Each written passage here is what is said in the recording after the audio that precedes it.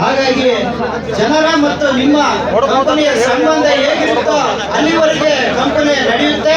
ಹಾಗಾಗಿ ಜನರ ಮತ್ತು ನಿಮ್ಮ ಮತ್ತೆ ಯಾವುದೇ ಬ್ರೋಕರ್ಗಳು ಬರದ ಹಾಗೆ ಸಂಬಂಧವನ್ನು ಗಟ್ಟಿಯಾಗಿ ಇಟ್ಕೊಂಡು ಫ್ಯಾಕ್ಟರಿ ನಡೆಸ್ಕೊಂಡು ಹೋಗ್ಬೇಕು. ಮುಂದಿನ ದಿನಗಳಲ್ಲಿ ನೀವು ಅತ್ಯುತ್ತಮವಾಗಿ ಕೆಲಸಗಳನ್ನು ಮಾಡ್ಬೇಕಂತೇಳಿ ಕುಮ್ಮಿಸ್ ಕಂಪ್ನಿಗೆ ಪರವಾನಗಿ ಕೊಡಬೇಕೆಂದು ಕೇಳ್ತಿದ್ದೀವಿ.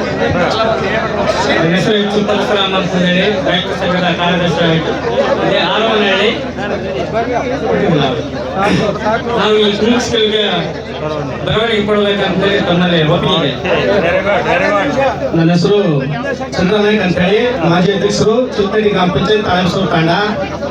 ಈ ಸಾರ್ವಜನಿಕ ಆಳ್ವಿಕೆ ಸಭೆಗೆ ಬಂದಿರುವ ಅಧಿಕಾರಿಗಳಿಗೂ ಹಾಗೂ ಎಲ್ಲ ಡಿಪಾರ್ಟ್ಮೆಂಟ್ ಮತ್ತು ಪತ್ರಿಕಾ ಮಾಧ್ಯಮದವರಿಗೆ ಎಲ್ಲರಿಗೂ ನಮಸ್ಕಾರ ಹೇಳ್ತಾ ನಾನು ಹೇಳೋದೇನೆಂದ್ರೆ ಹಗರಿಬೊಮ್ಮನಹಳ್ಳಿ, ಹೊಸಪೇಟೆ, ಕೂಡ್ಲಿ, ಸಂಡೂರು ಈ 4 ತಾಲೂಕಿಗೆ ಕೊನೆ ಭಾಗದಲ್ಲಿ ಇರ್ತಕ್ಕಂಥ ನಮ್ಮ ಚಿಲ್ತನಟ್ಟಿ ಗ್ರಾಮ ಪಂಚಾಯತಿ. ಈ ಚಿಲ್ತನಟ್ಟಿ ಗ್ರಾಮ ಪಂಚಾಯತಿಯಲ್ಲಿ ಸುಮಾರು ವಿದ್ಯಾರ್ಥಿಗಳಿದ್ದಾವೆ. ಆ ವಿದ್ಯಾರ್ಥಿಗಳು ಬೇರೆ ರಾಜ್ಯದಲ್ಲಿ ಎಲ್ಲ ಹೋಗಿ ದುಡಿತಿದ್ದಾರೆ. ITI ಡಿಪ್ಲೊಮಾ ಮಾಡಿದ್ರು ಉದ್ಯೋಗ ಇಲ್ಲ. ಫಸ್ಟ್ ಆದ್ಯತೆ ಇಲ್ಲಿ ಇರ್ತಕ್ಕಂಥ ಭಾಗದವರಿಗೆ ಕೊಡಬೇಕು. ಇನ್ನೊಂದೇನಂದ್ರೆ ತಾಳೆ ಹೊಸ ಗೊತ್ತಾಟದಲ್ಲಿ ಪ್ರತಿಯೊಂದು ವಿದ್ಯಾರ್ಥಿಗಳು ಕಬ್ಬು ಕಟ್ಟಿಗೆ ಹೋಗ್ತಾರೆ ಇವತ್ತಿನ ಸಹ. ಅಂತ ವಿದ್ಯಾರ್ಥಿಗಳಿಗೆ ಉದ್ಯೋಗ ಸಿಗ್ಬೇಕಂತ ಹೇಳಿ ನನ್ನೊಂದು ಅನಿಸಿಕೆ. ಅರ್ಜಿ ಕೂಡ ಕೊಟ್ಟಿದ್ದೀನಿ ಸರ್. ಇನ್ನೊಂದು ಈ ಕಂಪನಿಗಳು ಹಾಗಾದ್ರಿಂದ ಏನಾಗುತ್ತಂದ್ರೆ ನಾನೆಲ್ಲ ನೋಡ್ತಾ ಇದ್ದೀನಿ. ನಾನು ಮಾಜಿ ಅಧ್ಯಕ್ಷರು, ನಾವು ಅಧ್ಯಕ್ಷರಿದ್ದಾಗ ಬೇರೆ ಪಂಚಾಯತ್ ಎಲ್ಲ ಫುಲ್ ಡೆವಲಪ್ಮೆಂಟ್ ಆದಾಗ ನಮ್ಮ ಪಂಚಾಯತಿ ಡೆವಲಪ್ಮೆಂಟ್ ಮಾಡಕ್ ಆಗಿಲ್ಲ. ಕಾರಣ ಏನಂದ್ರೆ ರೈತರು ಟ್ಯಾಕ್ಸ್ ಕಟ್ಟಂಗಿಲ್ಲ ಜಾಸ್ತಿ. ಇಂಥ ಕಂಪನಿಗಳು ಇದ್ರೆ ನಮಗೆ ಟ್ಯಾಕ್ಸ್ ಜಾಸ್ತಿ ಬರ್ತದೆ. ಇಂಥ ಕಂಪನಿಗಳಿಗೆ ಅನುಮತಿ ಕೊಡಬಹುದು ಅಂತ ಹೇಳಿ ನನ್ನ ಅನಿಸಿಕೆ.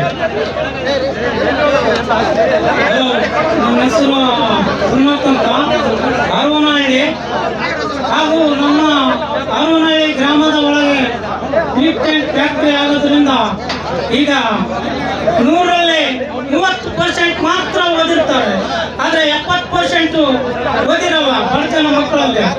ಹಾಗೂ ಜಮೀನನ್ನು ಕಳ್ಕೊಂಡು ಅವರು ಇವಾಗ ಕೂಲಿ ಮಾಡಕ್ಕೆ ಹೊರಗಡೆ ಎಲ್ಲಿ ಹೋಗ್ತಾ ಆಗಲ್ಲ. ಆದ್ರೆ ಓದುವಾರ್ದವ್ರು ಕೂಡ ಕೆಲಸ ಕೊಡ್ಲಿ ಅಂತ ನಾವು ಕೇಳ್ಕೊಂಡು ತಮ್ಮಲ್ಲಿ ಫ್ಯಾಕ್ಟ್ರಿ ಮಾಡ್ಬೋದಂತ ಒಪ್ಪಿಗೆ ಕೊಟ್ಟಿರ್ತೀವಿ.